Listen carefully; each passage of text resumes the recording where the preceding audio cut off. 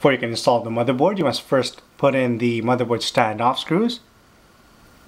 And this installation is made convenient through the use of this hex adapter that NZXT provided for your screwdriver.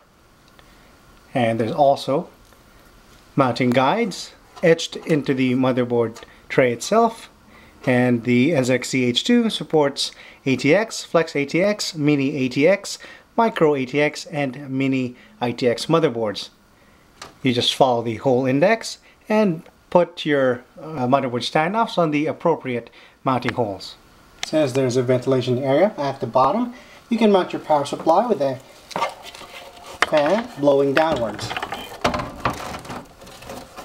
Slide it into place. Make sure it is on the proper alignment at the back before you screw it. To install 3.5-inch or 2.5-inch SSD drives inside the NZXT H2, you have to use these tool-free hard drive caddies. Now if you want to mount SSD drives, note that there are holes at the bottom and you will need to use screws. But if you're mounting 3.5-inch hard drives, you have these tool-free nubs, are rubberized, and it will make installation a lot easier, although I'm going to demonstrate why that isn't exactly so. If you look closely, technically you can just put your hard drive in place and then let me demonstrate it. It's much easier to show. And align that hole and put in the mounting nub in there, and then slide it until it goes to the smaller hole. Although if you look closely, the other hole is the exact opposite. You can't slide it in place since the larger hole is on the right side instead of the left side, instead of having it on the left side as the other one. That means you can't just slide it, and the easiest way to actually that I've found is to remove all the mounting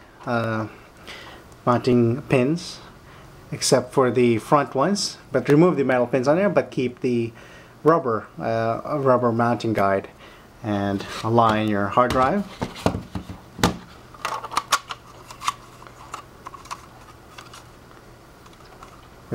First at the back, of course, push in one of these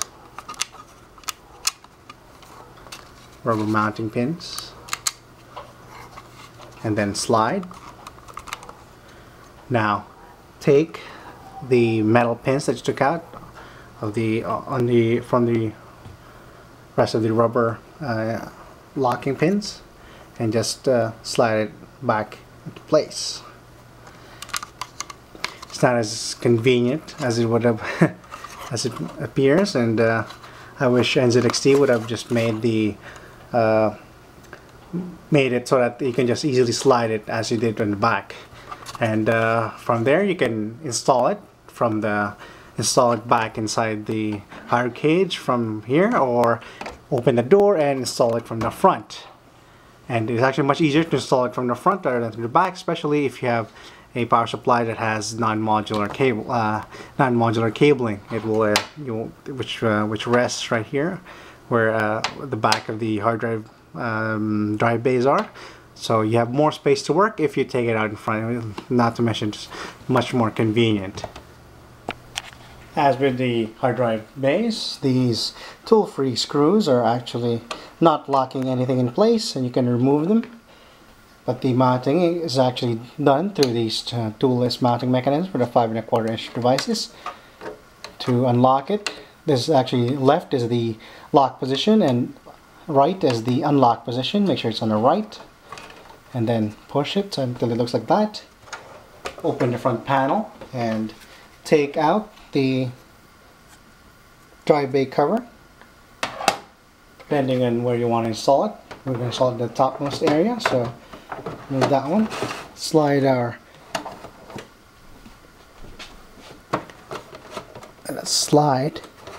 our drive into place. Make sure the holes are aligned. Once you see it, just push it in place and then lock. There we go. A couple of notes about cable management in the front before we proceed with the video card installation. It's actually there's a very good cable management system in the NZXT H2. As you can see, it's very neat.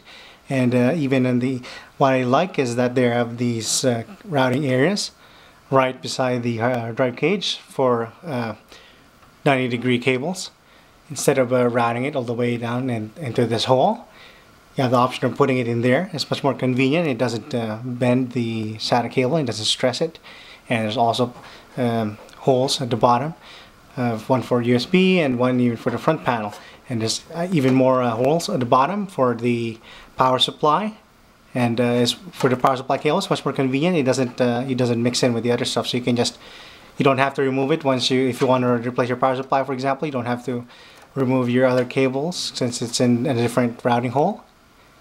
And there are plenty of caddies. I removed everything, and you actually have more clearance for a video card installation if you remove it. And let's measure it right now. You have 13 inches of clearance without all the caddies, but with the caddies, the hard drive caddy in there, it's still about 12 inches or 11 inches. So that's very good. Although if you have a hard drive installed there are cables at the back, that will reduce it to about 10 inches. And let's proceed with the video card installation. So you can install a video card, you must first remove the appropriate expansion slot cover you will need. If you have 2 slots, you need to remove 2 of the covers. Now, the important thing is that these covers are removable and they have tool-free screws, so it's much easier. Although initially, these screws are actually harder to remove, so you might need a screwdriver on initial removal. And since we removed the caddies for the hard drive base, we can actually have a lot of clearance, even for something as massive as the AMD HD 6990 dual GPU video card. Installs clearly, and there's still room on the side for routing your cables. Now, there are a lot of things I've liked about the NZXT H2, like the cable management options in particular, but I'm not very fond of the plastic base they used. I'm just going to demonstrate. This is a solid plastic, but if you notice, you can push it in. It's actually hollow. On the sides, it is and you can hear it. In the front, it's actually solid plastic, but on the mid, it's hollow, since you have if you'd remember, the dust filter at the bottom. They hollowed it out so you have space for that. But what I'm concerned is that the case has to carry a lot of weight. And compared to other NZXT designs, they just used, back then they had the simple rubber feet that just raised it off the ground, but now they have a little more artistic looking base. But I'm afraid this compromises the durability a bit, having the base hollow like this. Although one thing I liked is the plastic used on top is actually quite sturdy and solid. You can hear it. And it doesn't push in anywhere like this. This is the only plastic part of the NZXT H2 that I did not like. This is what our cable management looks like from the back of the motherboard tray.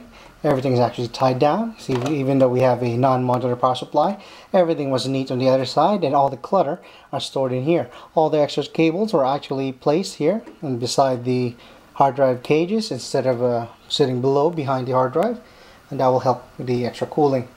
And all the cables are actually very long, and that's a good thing. Instead of having what happens in most cases is that, like, say, the front panel auto cable is a little too short. This one is actually routed in there, and there's still plenty of slack left, even with the USB and the front panel cables. So that's very good.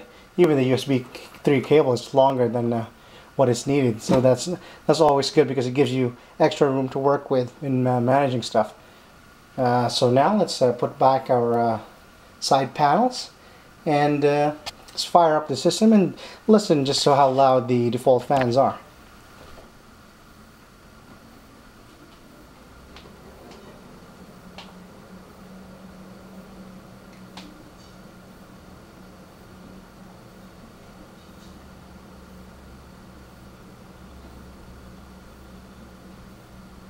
The fans are set right now at the maximum speed setting. I'm going to reset it back to the lowest and then adjust it to second, and again the maximum setting, so you can hear the top cover is on and the front door is on, so you can hear the performance sounds like as the lowest fan speed.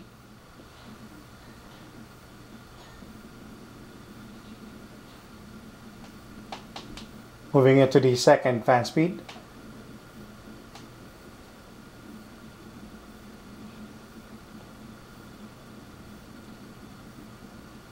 And finally, the highest fan speed.